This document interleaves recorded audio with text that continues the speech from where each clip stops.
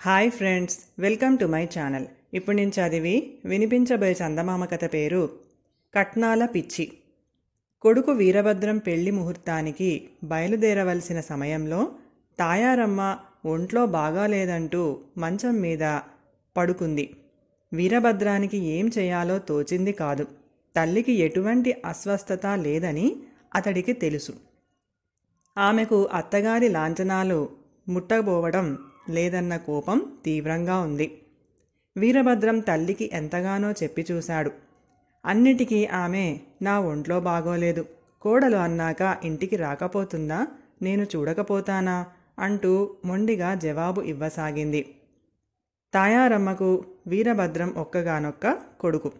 అతడు 3 సంవత్సరాలుగా మరొక ఊళ్ళో ఉద్యోగం చేస్తున్నాడు. అతను అద్దెకుంటున్న ఇంటి పక్కనే ఒక పేద కుటుంబం ఉంటుంది. చిన్నప్పుడే తల్లిని పోగొట్టుకున్న లలిత తమ్ముళ్ల ఆలనా పాలన తానే చూస్తుంది. తండ్రి సంపాదన బహు తక్కువ. ఆమె ఆ చాలీచాలని ఆదాయంతోనే గుట్టుగా సంసారం గడుపుకొస్తుంది. ఆమె అందం చెప్పుకోదగినంతది కాకపోయినా ఆమె శాంతగుణం, ఓర్పు, ఇంటి పనుల్లో నేర్పు వీరభద్రాన్ని ఆకర్షించాయి. లలిత వంటి భార్య దొరకటం అదృష్టం అనుకున్నాడు వీరభద్రం. ఆమె అభిప్రాయం తెలుసుకున్నాకే అతను తల్లిదండ్రులను వాళ్ళింటికి తీసుకుని పోయాడు. 25,000 కట్నం ఇచ్చే పక్షంలో ఈ పిల్లను కోడలిగా తెచ్చుకోవచ్చు అన్నది తాయారమ్మ తిరుగు ప్రయాణంలో బండి ఎక్కుతూ. వీరభద్రం ఆశ్చర్యపోతూ, లలిత తండ్రి 25 రూపాయలు కూడా ఇచ్చుకోలేడు అన్నాడు. తాయారమ్మ ముఖం కందగడ్డలాగా చేసుకొని, అయితే ఈ దరిద్రపు గొట్టు సంబంధం మనకు వద్దనే వద్దు అంది. వీరభద్రం ముఖం చిన్నబుచ్చుకొని, డబ్బే ముఖ్యం కాదు, నేను పెళ్ళంటూ చేసుకుంటే లలితనే చేసుకుంటాను అన్నాడు. వీరభద్రం తండ్రి ఎటూ మాట్లాడలేక మౌనంగా ఉండిపోయాడు. వాళ్ళు కట్నం ఇవ్వలేని పక్షంలో అత్తవారి లాంఛనాలకు 5,000 ఇవ్వాలి అన్నది తాయారమ్మ పంతంగా. అమ్మ, ఈ లాంఛనాల సంగతి కూడా మర్చిపో. పెళ్లి ఖర్చులకు గాను నేనే లలిత తండ్రికి కొంత డబ్బు సర్దబోతున్నాను అన్నాడు వీరభద్రం. తరువాత ఆమె ప్రమేయం లేకుండా పెళ్లికి అన్ని ఏర్పాట్లు జరిగిపోయాయి. మర్నాడే పెళ్లి. ఆసరికే బంధువులతో 4 బండ్లు కదిలి వెళ్ళిపోయాయి. తాయారమ్మ ఆరోగ్యం బాగాలేదని వంకపెట్టి తండ్రి కొడుకులను వెళ్ళమంటుంది. ఆ ఊళ్ళో వైద్యులకి ఏమీ కొరవలేదు. నీ పెట్టె సర్ది బాబాయ్ వాళ్ల బండిలో పంపించి వేశాను అంటూ వీరభద్రం తొందర పెట్టాడు. వాళ్ళు లలిత వాళ్ల ఊరు ఇవతల ఉన్న ఏటిని సమీపించేసరికి బాగా రాత్రి అయింది. ఆ సరికి మిగతా బళ్ళు ఏరు దాటి వెళ్ళిపోయాయి. వీరభద్రం వాళ్ళున్న బండి ఏటిని సమీపిస్తూ ఉండగా ఏటిలో కొత్త నీరు రావటంతో బాగా పొంగి ఉంది. వంతెన మీదుగా నీరు ప్రవహిస్తుంది. ఏరు తీసేదాకా మనం ఈ ఒడ్డున ఉండిపోవలసిందే అన్నాడు బండివాడు. మర్నాటి ఉదయమే పెళ్లి ముహూర్తం. వీరభద్రం దిగాలు పడిపోతూ, ఏరు ఎప్పటికి తీసేట్టు అని బండివాణ్ణి అడిగాడు. చెప్పలేం, అర్ధరాత్రికే తీయచ్చు, అలా కాక 4-5 రోజులు పట్టినా పట్టవచ్చు అన్నాడు బండివాడు. ఆ మాటలు విన్న తాయారమ్మ బండిలో ఉత్సాహంగా లేచి కూర్చుంది. అంతలో పెద్ద పెట్టున గాలి దుమారం ఆరంభమైంది. ఏటిగట్టుకు దగ్గర్లో కాస్త పెడగా ఒక పెంకుటిల్లుంది. బండివాడు బండిని ఆ ఇంటి ముందుకు తీసుకుని పోయాడు. వీరభద్రం తలుపు తట్టగానే ఒక నడి వయసువాడు తలుపు తెరిచి, ఎవరు మీరు, ఏం కావాలి అని అడిగాడు. వీరభద్రం అతడికి సంగతి చెప్పి, బయట చీకటితో పాటు గాలి దుమారం కూడా లేచింది. ఏరు తీసేదాకా కాస్త మీ ఇంట్లో తలదాచుకోదల్చాం అన్నాడు. మాది లంకంత ఇల్లు. పెళ్ళి ఈ ఇంట్లో చేసుకోదలుచుకున్నా నాకు అభ్యంతరం లేదు అని నవ్వుతూ ఇంటి అతను లోపలికి దారి తీసి పెద్దగా, అమ్మా రాగిణి, మనింటికి అతిథులు వచ్చారు అంటూ కేక పెట్టాడు. లోపలి గదుల్లో నుంచి రాగిణి అన్న అమ్మాయి అక్కడికి వచ్చి వీరభద్రం తల్లిదండ్రులకు నమస్కరించింది. ఆమెకు 20 ఏళ్ల కన్నా ఎక్కువ వయసు ఉండదు. కళ్లను మెరమెరలాడించే అందం. తాయారమ్మ వద్దన్నా వినకుండా ఆమె అప్పటికప్పుడు వంట చేసి అందరికీ వడ్డించింది.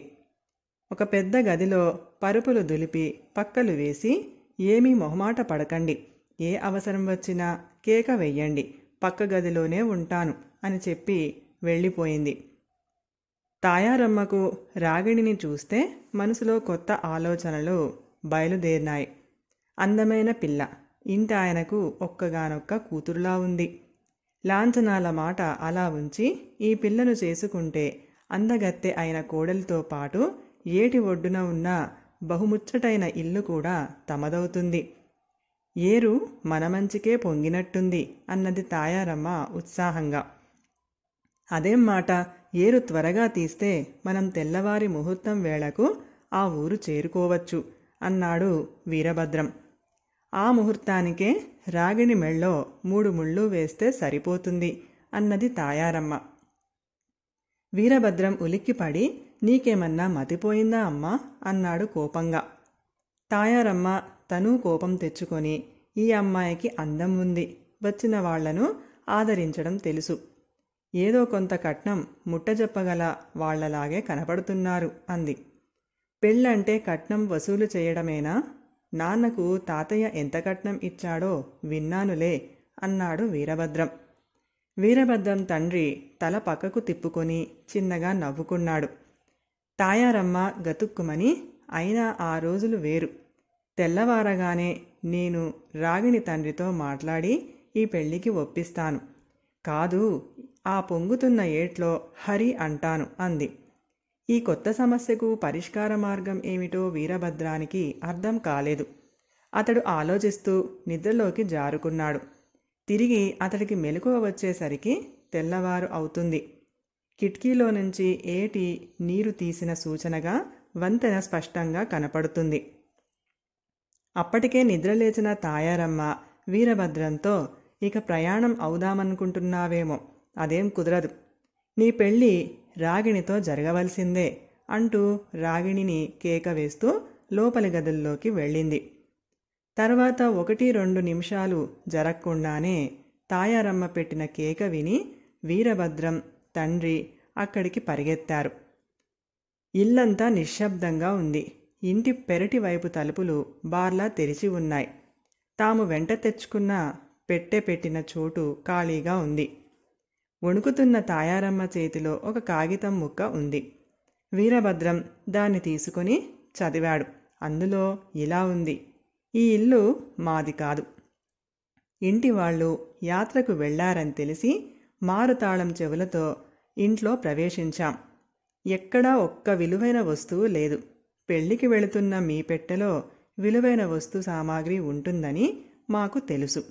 దాని తాళం బద్దలు కొట్టి మీకు నిద్రాభంగం కలిగించటం ఎందుకని అలాగే ఎత్తుకుపోతున్నాం. ఏరు మా మంచికే పొంగినట్టుంది అని రాసుంది. కళ్ళ నీళ్లతో దిక్కులు చూస్తున్న తల్లితో వీరభద్రం, అమ్మా, దిగులు పడకు, నీ నగలు వడ్డాణం అన్నీ బాబాయ్ వాళ్ళ బండిలో పంపాను.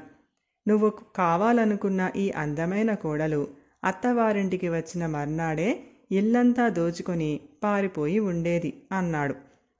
తన నగలు విలువైన చీరలు పోనందుకు తాయారమ్మ సంతోషిస్తూ, పెద్దగండమే తప్పింది, దీనితో నా కట్నాల పిచ్చి కుదిరిపోయినట్టే, పదండి, ముహూర్తం వేళ అవుతుంది, కాబోయే కోడలికి నా నగలన్నీ పెట్టి అలంకరించాలి అంది.